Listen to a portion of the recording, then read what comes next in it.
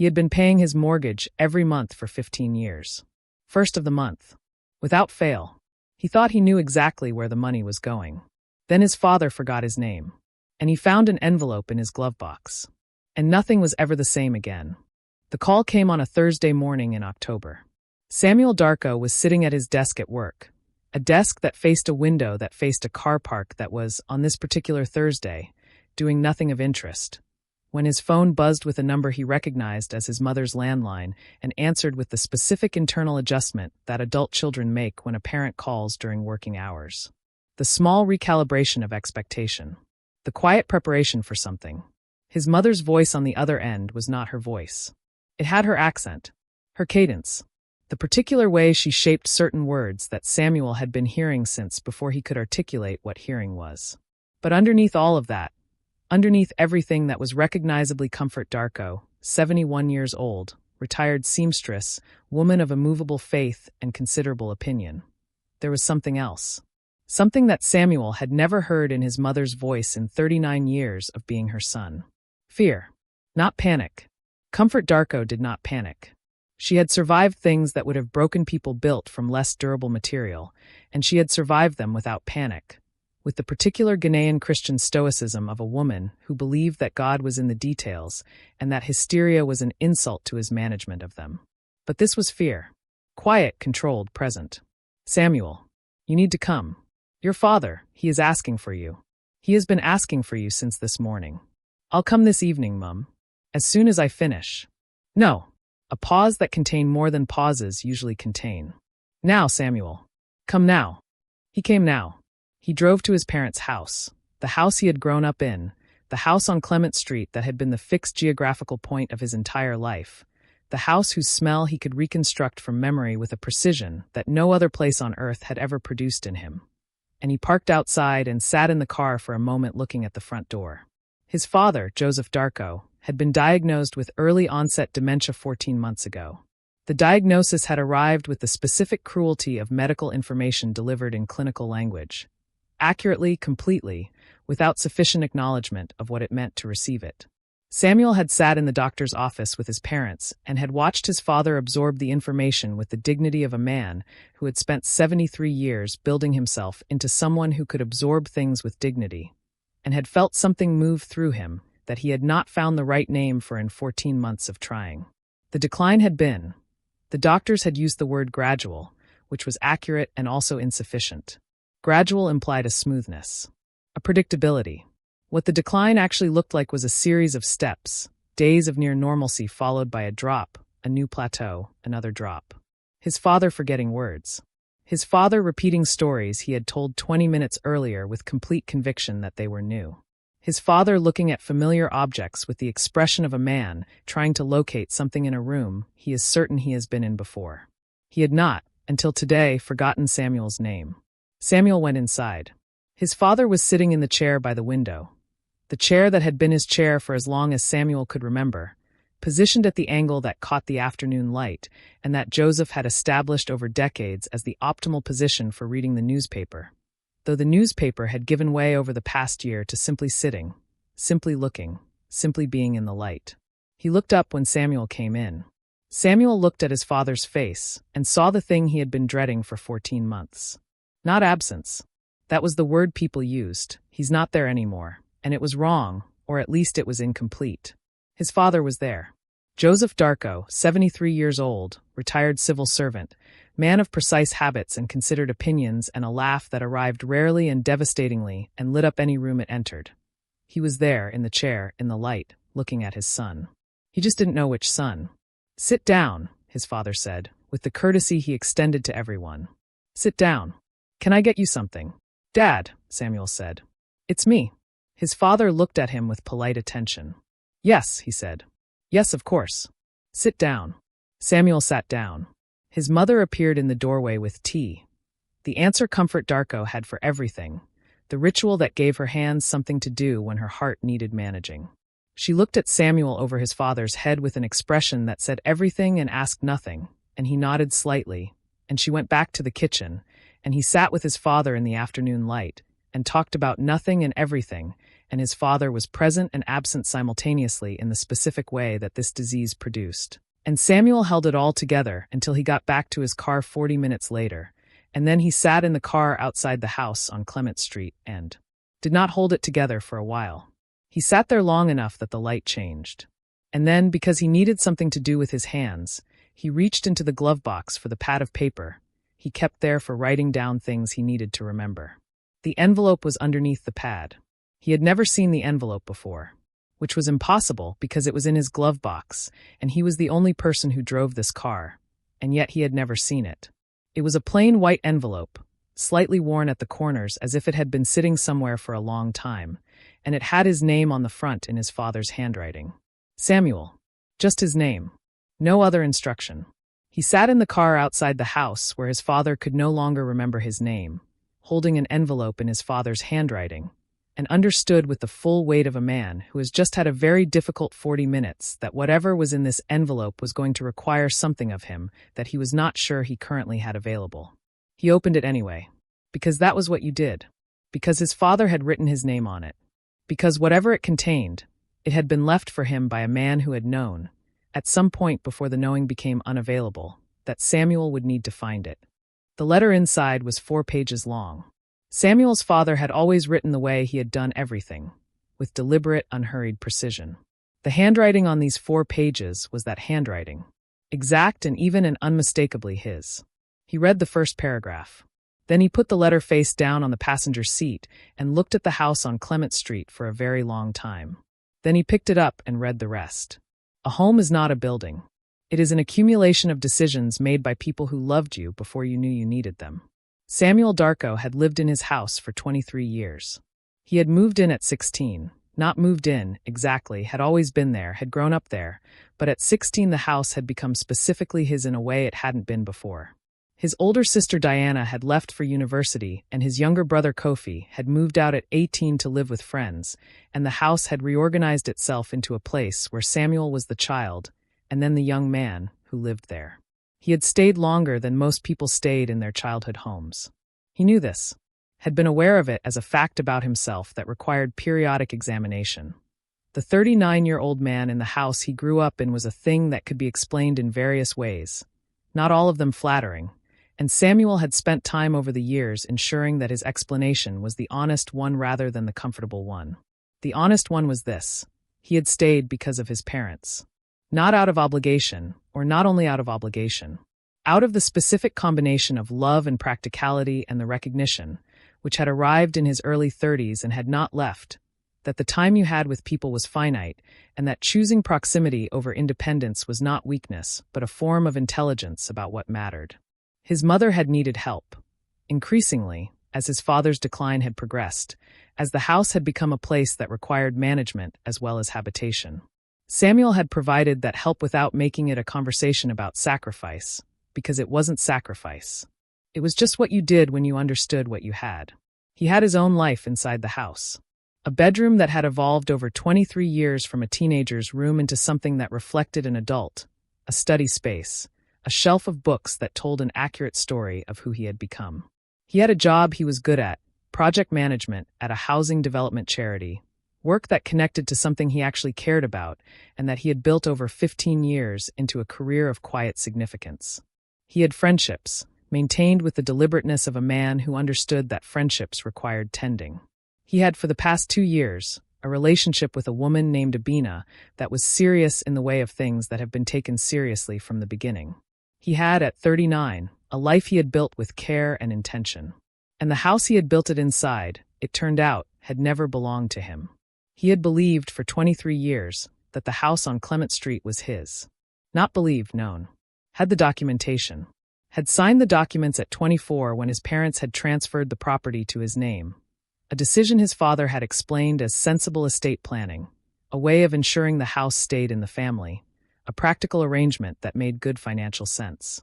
Samuel had accepted this explanation because it was a reasonable explanation delivered by a reasonable man, and because he had not had, at 24, the specific financial literacy to ask the questions that would have complicated it. He had a mortgage. He paid it monthly, on the first of the month, by standing order from his current account. He had been paying it for 15 years, since he was 24 and the transfer had happened and the mortgage had been arranged and the monthly amount had been established. He had never missed a payment. He had overpaid when he could. He had 2 years ago looked at the remaining balance with the focused attention of someone planning the next stage of his financial life and had made calculations about when he would be free of it. He had never, in 15 years, looked at where the payments were actually going. Because why would you look at where your own mortgage payments were going? Because you knew where they were going. They were going to the bank. They were not going to the bank. This was what the letter explained. In 4 pages of his father's precise handwriting, over the course of an account that was honest and complete and delivered with the same unhurried precision his father brought to everything, Joseph Darko explained what had actually been happening for 23 years. The mortgage payments that left Samuel's account every month had not been going to a bank.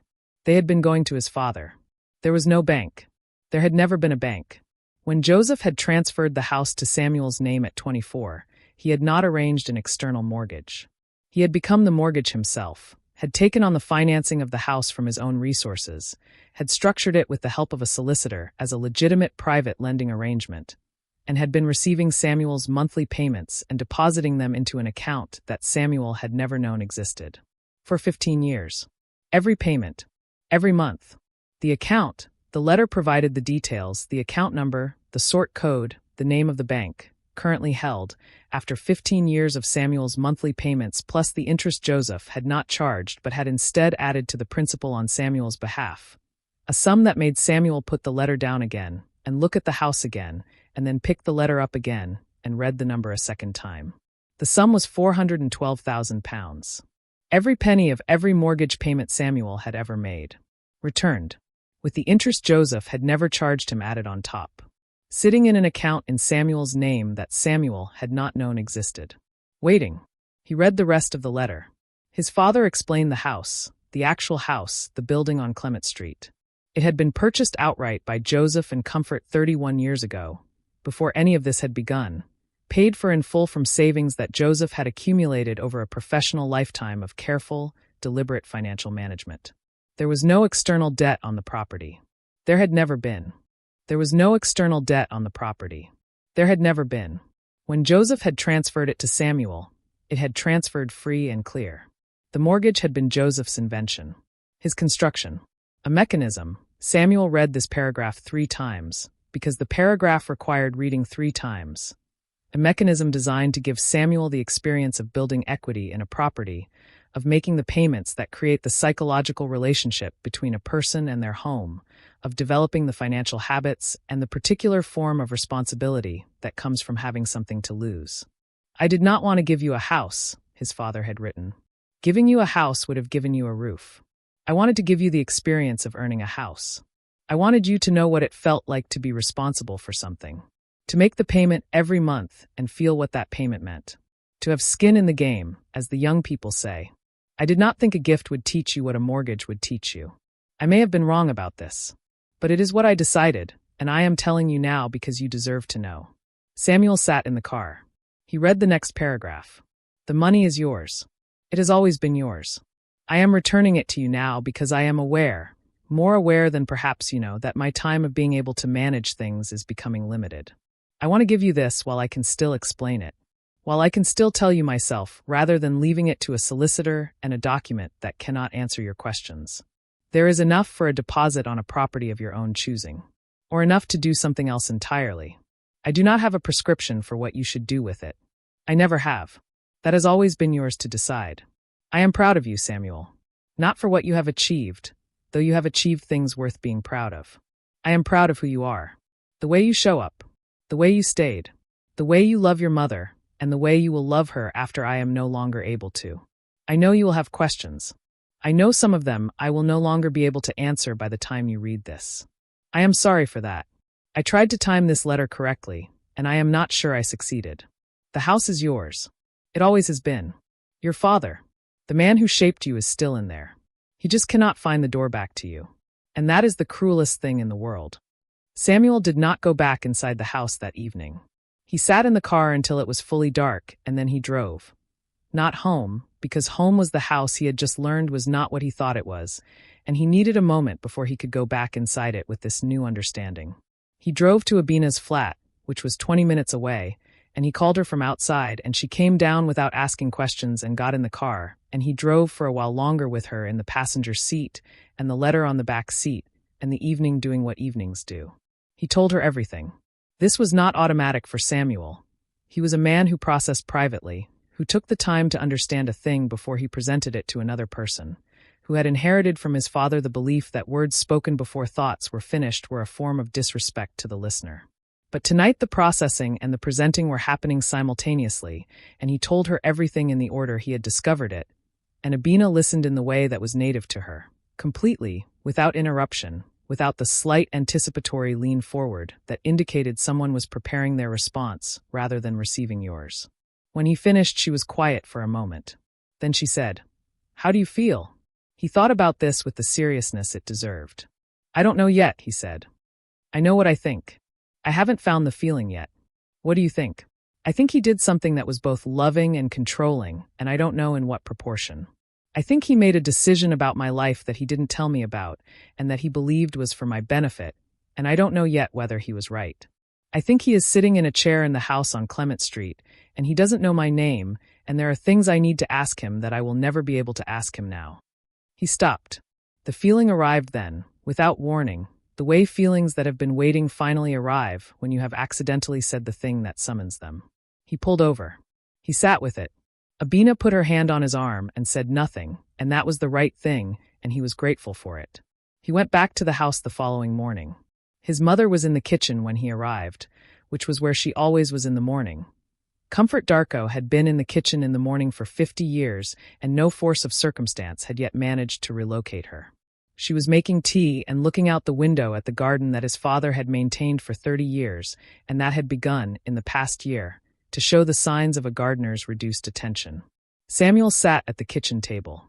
His mother put tea in front of him and sat across from him and looked at him with the expression of a woman who knew something was coming and had decided to receive it standing, so to speak. "Did you know?" he asked. She wrapped both hands around her mug. "About the money," Samuel said. "About the mortgage. Did you know?" Comfort Darko looked at her tea for a moment. "I knew your father had arranged things," she said carefully. "I did not know the details. Your father managed the finances. He always managed the finances. I knew the house was yours, and I knew he had arranged it in a way he thought was right, and I did not ask more than that. You didn't know about the account."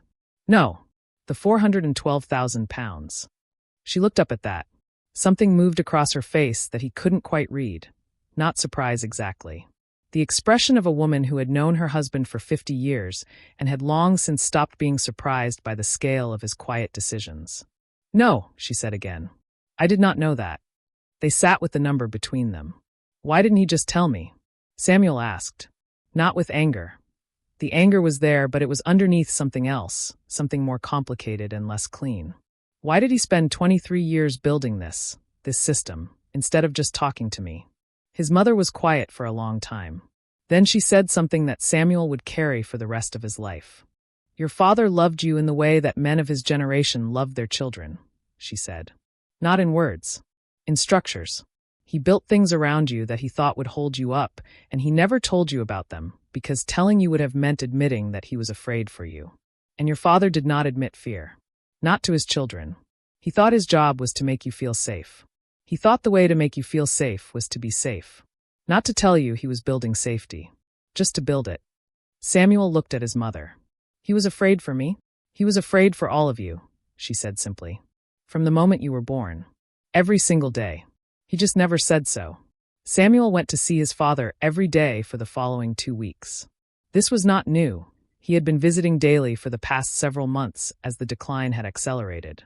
But the visits had a different quality now. He sat with his father in the chair by the window, and he talked, and his father listened with the attentiveness of someone following the sound of a voice they find familiar without being able to locate why, and sometimes something connected, a word, a phrase, a reference to something specific. And his father's face would sharpen briefly, the way a radio signal clarifies for a moment before dissolving back into static. On the 4th day, Samuel brought the letter. He did not read it to his father. He did not show it to him. He simply had it in his jacket pocket while he sat in the chair across from his father and talked about ordinary things. The garden, the weather, a memory from Samuel's childhood that his father had told him many times and that Samuel now told back, watching his father's face for the recognition. It came. Briefly. Imperfectly. But it came. His father looked at him with the sharpened expression and said, in the voice that was most fully his father's voice, "Samuel." "Yes, Dad." "Samuel." He said it again, as if locating something. As if the name were a room he had been looking for. "I'm here," Samuel said. His father looked at him for a long moment. Then the sharpness dissolved and his father settled back into the comfortable vagueness of a man whose memories were available, but not always retrievable, and the moment passed. But it had been there, and Samuel had been in the room for it. This, he understood, was the thing the letter could not give him. The £412,000 was extraordinary. The revelation of 23 years of quiet, elaborate, loving construction was extraordinary. But this, being in the room for the moment his father found his name, this was the thing that mattered most. This was the return on 23 years of staying. Numbers tell the truth in ways that people cannot always manage. Samuel spent 3 weeks after finding the letter doing what he did professionally, investigating, documenting, building a complete picture from the available evidence. He called the solicitor whose details his father had included in the letter, a firm that had apparently been managing this arrangement for 23 years with the discreet professionalism of people paid to manage things they were not asked to discuss. They confirmed everything the letter had described and provided documentation that was so thorough and so organized that Samuel recognized in it his father's hand. Not literally, but in the quality of the organization, the precision of the filing, the complete absence of loose ends. Joseph Darko had spent 23 years managing this arrangement, with the same meticulous care he had brought to everything he had ever done. Every payment received and documented. Every quarter's account statement printed and filed. Every piece of correspondence organized chronologically. The account existed exactly as described. £412,000. In Samuel's name. Accessible immediately. He called his sister Diana. Diana was 44 and lived in Toronto and had a life there that was full and good, and that she had built from the ground up after leaving England at 18 with the specific determination of someone who knows they need distance in order to become fully themselves. She and Samuel were close in the way of siblings who are genuinely fond of each other and who have negotiated, over decades, the particular diplomacy of being equally loved children of the same parents with entirely different relationships to those parents. She answered immediately. They were close enough that his calling in the middle of a weekday was itself information. He told her. She was quiet for longer than Abina had been. Diana processed differently. She needed more time with large information, needed to turn it over completely before she could respond to it. Samuel waited. He did this for 23 years, she said finally. Yes. And never told anyone. Not even Mum. Not the details. Another silence. Samuel. Her voice had changed. Do you know what Dad was earning when we were growing up? Roughly. I looked it up once. Civil service grade, his level, his years. I looked it up because I was trying to understand something about how they managed, him and Mum. With 3 children. In London. She paused. He wasn't earning a lot, Samuel.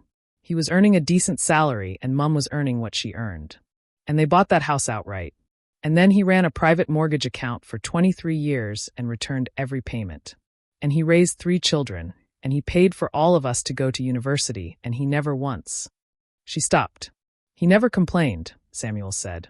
He never complained, she confirmed. They sat with that on an international phone call between London and Toronto, and the distance between them felt, briefly, like nothing at all. I need to come home, Diana said. Yes, Samuel said. You do. Diana came home. She arrived on a Tuesday morning, slightly jet-lagged and completely focused, and went directly to the house on Clement Street and sat with her father in the chair by the window for 2 hours while Samuel stayed in the kitchen with his mother. He could not hear what Diana said. He could hear the sound of her voice, continuous and warm, the particular cadence of someone telling stories. Their father's stories, he assumed, the ones he had told them all and that they had all memorized, the ones that were the oral history of a family. When she came out of the sitting room, her eyes were red, but her expression was the expression of someone who has done something important and feels the completed weight of it. She sat at the kitchen table. Comfort put tea in front of her. He knew me, Diana said. For about 10 minutes in the middle. He called me Dee. He hasn't called me Dee in, she stopped. He called me Dee and he said, "You came a long way." And I said, "Yes, Dad, I came a long way." And he said, "Good girl." And then he went somewhere else again. She wrapped her hands around the mug. "Good girl," she said again. Quietly, they sat in their parents' kitchen, the three of them, Samuel and Diana and Comfort, in the house that was and was not what they had thought it was, in the family that was and was not what they had thought it was, drinking tea in the way that their family had always drunk tea when something needed to be sat with. He built a structure around his son. His son had been living inside it for 23 years without knowing. The structure was love. The material was time. The question of what to do with the money took Samuel a long time. Not because he was indecisive, Samuel was not, as a rule, indecisive, but because the money was not simply money. It was 23 years of his father's deliberate, elaborate, completely silent love made liquid, and spending it required understanding it first, and understanding it required time. He talked to Abina about it, to Diana, to his mother on several occasions, in the kitchen in the mornings, in the specific register of conversations that happen between people who are grieving something that is not yet fully gone. He talked to a financial advisor. He talked to the solicitor. He read the documentation his father had left with the thoroughness of a man who understood that the documentation was also a form of message, that his father had organized it this way, this completely, because he had wanted Samuel to be able to understand every piece of it without help. He made his decision in February, for months after finding the letter. The decision had 3 parts. The first part was the house. He was going to keep it.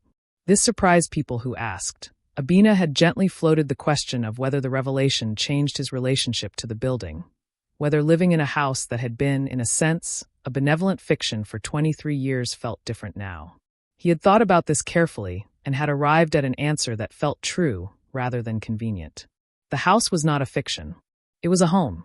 It had been a home for 31 years, and the financial architecture underlying it, whatever its shape, did not change what had happened inside it. His parents had raised their children there. Diana had become who she was in that house. Kofi had learned to walk in that hallway. Samuel had become, in that house, the person he was. The house was not a lie. The house was exactly what it had always been. His father had simply paid for it twice, once with money and once with a 23-year lesson in what responsibility felt like. He was going to keep it. He was going to gut the garden and restore it to what it had been when his father had maintained it, and he was going to maintain it himself. And that would be its own kind of conversation with the man in the chair by the window. The second part was his mother. He transferred enough of the money to establish a fund, properly, with legal structure, with Comfort as the named beneficiary, that would cover his mother's care for the rest of her life at whatever level of care she required. Comprehensively, without a ceiling. She would never need to make a financial calculation about her own welfare. She would never need to ask. He had not discussed this with her before doing it, and when he told her, she performed the specific Comfort Darko response to receiving something she found overwhelming, which was to become very busy with something in the kitchen and not speak for several minutes. When she turned around, her eyes were dry, because she had decades of practice. "Your father would say that's too much," she said. "I know," Samuel said. "I think it's exactly right," she said. The third part took him longest to decide. He established a fund, named it without drama or announcement. The JD Fund, initials only, the way his father would have wanted it if his father had wanted any of this at all. Its purpose was housing support for young people in the transition from dependent to independent living. The specific moment that his father had apparently identified 23 years ago as the moment most requiring a structure that someone else builds before you know you need it. He put enough into it to run for 10 years. He appointed a board. He asked Diana to chair it. She said yes before he finished the sentence. Joseph Darko died on a Wednesday morning in April, 7 months after Samuel found the letter. He died in the house on Clement Street, in the bed he had shared with Comfort for 47 years, with his wife beside him, and his son in the chair by the window, and his daughter on a phone held up by Samuel, so that Joseph could hear her voice in the room without her needing to be in it. It was not dramatic.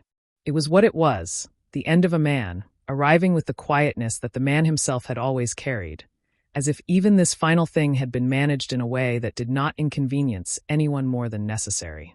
Samuel had been with him every day for the 7 months.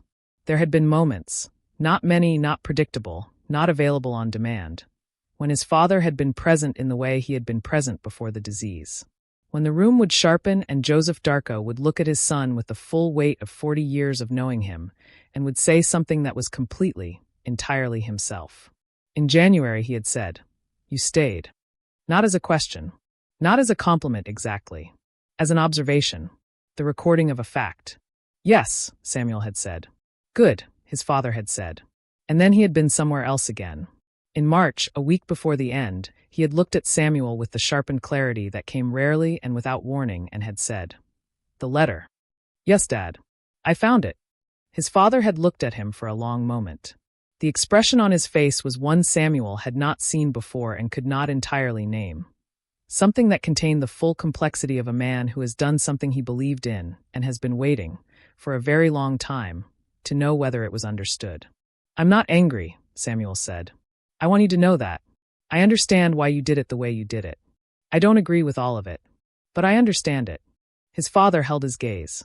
"The house is mine," Samuel said. "It always was. You were right about that." Something in his father's face settled. Not relief exactly. His father was not a man who required relief, was not a man who had spent his life seeking absolution from his children. But something. The settling of a thing that had been held in tension for 23 years and had been now received. "Good," his father said. The same word as January. Good. The most complete word his father had ever used. Every structure needs maintenance. That is not a flaw in the design. That is the design. Samuel is in the garden on a Saturday morning in June when Abina comes out with coffee and sits on the bench his father built 30 years ago from timber that is still, improbably sound. The garden is back. It has taken him 4 months of deliberate, patient work. The same 4 months he has spent learning what his father knew about it, which he has done partly from a notebook he found in the shed in his father's handwriting, a record of what was planted where and when and what it needed, maintained with the same meticulous precision as the mortgage documentation and the account statements. His father had kept records of everything. Samuel looks at the garden his father kept for 30 years and thinks about keeping. About what it means to maintain something over a long time. To show up for it every week in every season and do what it needs without requiring it to be spectacular or transformative or anything other than what it is. To trust that the accumulation of ordinary attention produces something that occasional grand gestures cannot. He thinks about his father in the chair by the window. About the letter in the glovebox. About 23 years of mortgage payments going somewhere he never thought to look. About a man who expressed love in structures rather than words and was never sure his son understood and spent a long time being afraid that he didn't. He thinks about the last thing his father said to him that was fully his father.